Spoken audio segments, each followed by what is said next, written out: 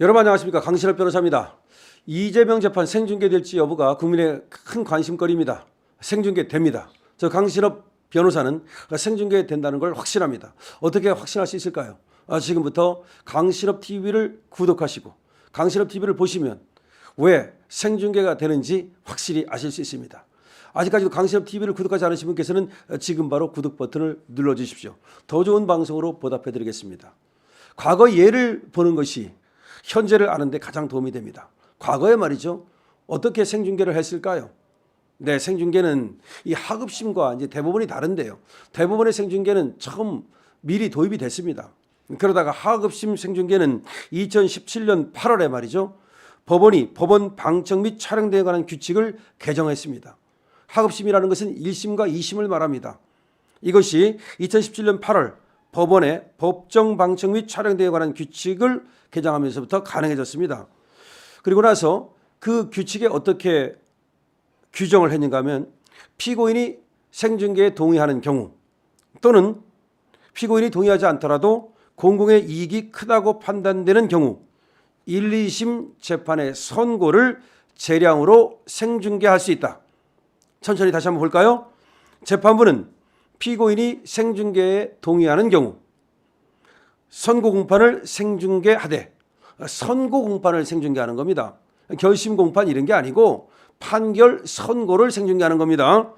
피고인이 동의하지 않더라도 공공의 이익이 크다고 판단되는 1, 2심 재판의 선고를 재량으로 생중계할 수 있다. 그러면 할 수 있다야, 해야 한다가 아니라, 그래서 재량으로 누가, 재판부가 누가 정합니까? 한성진 부장판사 재판부가 정하는 겁니다. 그러니까 이 생중계 여부는 한성진 부장판사가 재량으로 정할 수 있습니다. 그런데 첫 번째, 피고인이 생중계에 동의하는 경우에 생중계를 할 수 있고요. 피고인이 생중계에 동의하지 않다 하더라도 공공의 이익이 크다고 판단되는 경우에는 생중계를 할 수가 있습니다. 그래서 2017년 8월에 이렇게 규칙이 개정된 이후에 첫 생중계가 된 것이 바로 2018년 박근혜 대통령 선고 공판이었습니다. 그리고 나서 그 이후에 이제 이명박 전 대통령에 대한 선고 공판도 생중계가 됐던 겁니다. 박근혜 전 대통령의 경우에는 2018년 4월 6일 이때가 선고 공판이 있었는데, 그 생중계를 하기로 결정한 것은 2018년 4월 3일이었습니다. 그러니까 사흘 전에 선고 공판에 대해서 생중계하기로 결정이 됐던 겁니다. 당시 재판부는 공공의 이익 등 여러 사정을 고려해서 중계방송을 허가하기로 했다라고 발표를 한 바 있습니다. 다만 당시 재판부는 법정 내 질서 유지 등을 고려해서 언론사 카메라가 아닌 법원 내 자체 카메라로 영상을 촬영해서 외부에 송출하는 방법을 택했습니다. 그러니까 언론사 카메라가 법정에 직접 들어오진 못했고, 왜냐하면 질서가 유지돼야 되니까요. 그래서 일단은 법정 안에 카메라로 영상을 촬영해서 외부에 송출하는 방법을 택했습니다.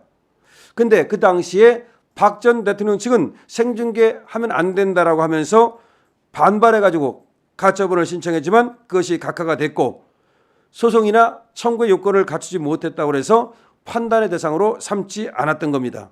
그리고 결국 생중계가 됐습니다. 다시 말하면 당시는 박근혜 대통령은 생중계를 원하지 않았지만 재판부가 공공의 이익을 내세워서 생중계를 했던 겁니다.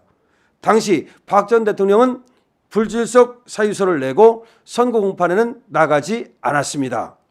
자, 이렇게 2017년 8월 법원이 방청 및 촬영 등에 관한 규칙을 만들면서 개정하면서 2018년 4월 6일에 박근혜 전 대통령의 선고 공판에 생중계가 있었는데, 그 생중계 하기로 결정했던 것은 3일 전인 4월 3일이었습니다. 자, 그 다음에 같은 해 7월에 또 박 전 대통령의 국가정보원 특수활동비 수수 및 공천 개입 혐의 1심 사건 역시 생중계를 했습니다. 이때도 박근혜 전 대통령은 불출석했습니다. 그러니까 박근혜 전 대통령의 경우 선고 공판을 2번에 걸쳐서 생중계를 했던 겁니다. 그런 다음에 2018년 10월 5일 이명박 전 대통령의 1심 선고 공판도 역시 생중계가 됐습니다. 이거는 2018년 10월 5일인데 이명박 전 대통령의 1심 선고 공판이었습니다. 이 생중계 결정도 역시 3일 전인 10월 2일 이루어졌습니다. 법원은 이때에도 공무의 이익 등을 고려해서 생중계를 하기로 결정했다고 발표했습니다. 이 전 대통령 역시 당시에 불출석 사유서를 내고 선고일 법원에 이 법정에 출석하진 않았습니다. 자, 이렇게 하급심의 경우에도 1, 2심의 경우에도 박근혜 전 대통령의 경우와 그리고 이명박 전 대통령의 경우에 생중계가 됐습니다. 더구나 박근혜 전 대통령의 경우는 생중계에 반발해서 생중계를 하지 말라고 가처분까지 냈지만 법원은 끝내 생중계를 했던 것입니다. 그런데 지금은 말이죠. 많은 시민단체와 그리고 정당들이 이명박 전 대통령이나 박근혜 전 대통령의 경우와 마찬가지로 지금 이재명에 대해서도 생중계를 해야 된다라고 요구를 하고 있는 겁니다. 자, 지금은 이재명에 대해서는 생중계 요구를 시민단체 그리고 또 국민들 나아가서 정당들까지도 생중계를 요구하고 있는 실정입니다. 그렇다면 생중계를 못할 이유가 없는 것이고 오히려 지금 이재명도 생중계 하지 말아라 라고 요구하진 않았습니다. 이재명이 지금 생중계 해달라고 얘기도 안 했지만 생중계 하지 말아라 라고 이재명이 말하고 있지 않습니다. 만약에 이재명이 지금 검찰에 사건 조작, 증거 조작을 얘기하고 있는데 스스로 생중계 하지 말아달라고 말한다면 그건 스스로 범인을 자처하는 거 아닙니까? 오히려 이재명이야말로 생중계 해달라고 정말 땡깡이라도 써야 되는 거 아닙니까? 그렇다면 이재명 측에서도 생중계 하지 말아달라고 요구한 적이 없고 국민의힘과 새로운 미래 등 여야가 지금 생중계를 해달라고 말하고 있고 그리고 많은 법조인들과 그리고 시민단체들과 국민들이 모두 생중계를 요구하고 있다면 생중계를 못할 이유가 없는 것이죠. 자, 이렇게 1, 2심 말고도 2020년 7월 대법원은 말이죠. 이재명 당시 경기도지사의 지사직 유지 여부가 결정되는 그 공직선거법상 허위사실 공표 혐의에 대해서 상고심 선고를 TV와 유튜브를 통해서 생중계했습니다. 이것이 바로 권순일이 장난친 바로 이재명 그 공직선거법 위반 재판, 고등법원에서 300만 원의 벌금을 받았던 그 재판, 이거의 대법원 상고심을 역시 생중계했습니다. 이것이 2020년 7월입니다. 이것은 이재명 재판이었습니다. 이 생중계에서 바로 대법원이 고등법원의 재판 원심을 깨고 300만 원 벌금 받았던 것을 깨고 이재명에게 무죄 취지로 파기환송을 했던 겁니다. 이와 같이 이재명은 자기 재판에서 이미 생중계를 했던 적이 있습니다. 자, 지금 생중계가 허용되지 않은 경우는 별로 없습니다. 이재용 삼성전자 부회장의 경우 생중계가 허용되지 않은 적이 있고요. 최성원의 경우 생중계가 허용되지 않은 적이 있습니다. 자, 하지만 생중계가 허용되는 것이 국민의 이익에 부합한다면 오히려 생중계를 허용해야 된다는 것이 지금 재판부의 입장이고 법원의 입장입니다. 자, 박근혜 전 대통령의 하급심 그리고 이명박 전 대통령의 하급심도 생중계가 이미 된 적이 있고요. 그리고 이재명은 대법원 상고심이 생중계가 된 적이 있습니다. 더군다나 지금 대법원은 말이죠.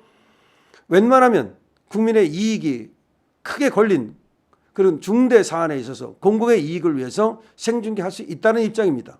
그런데 지금 이재명 재판에 대해서는 무려 87.9%가 생중계를 해달라고 요구하고 있습니다.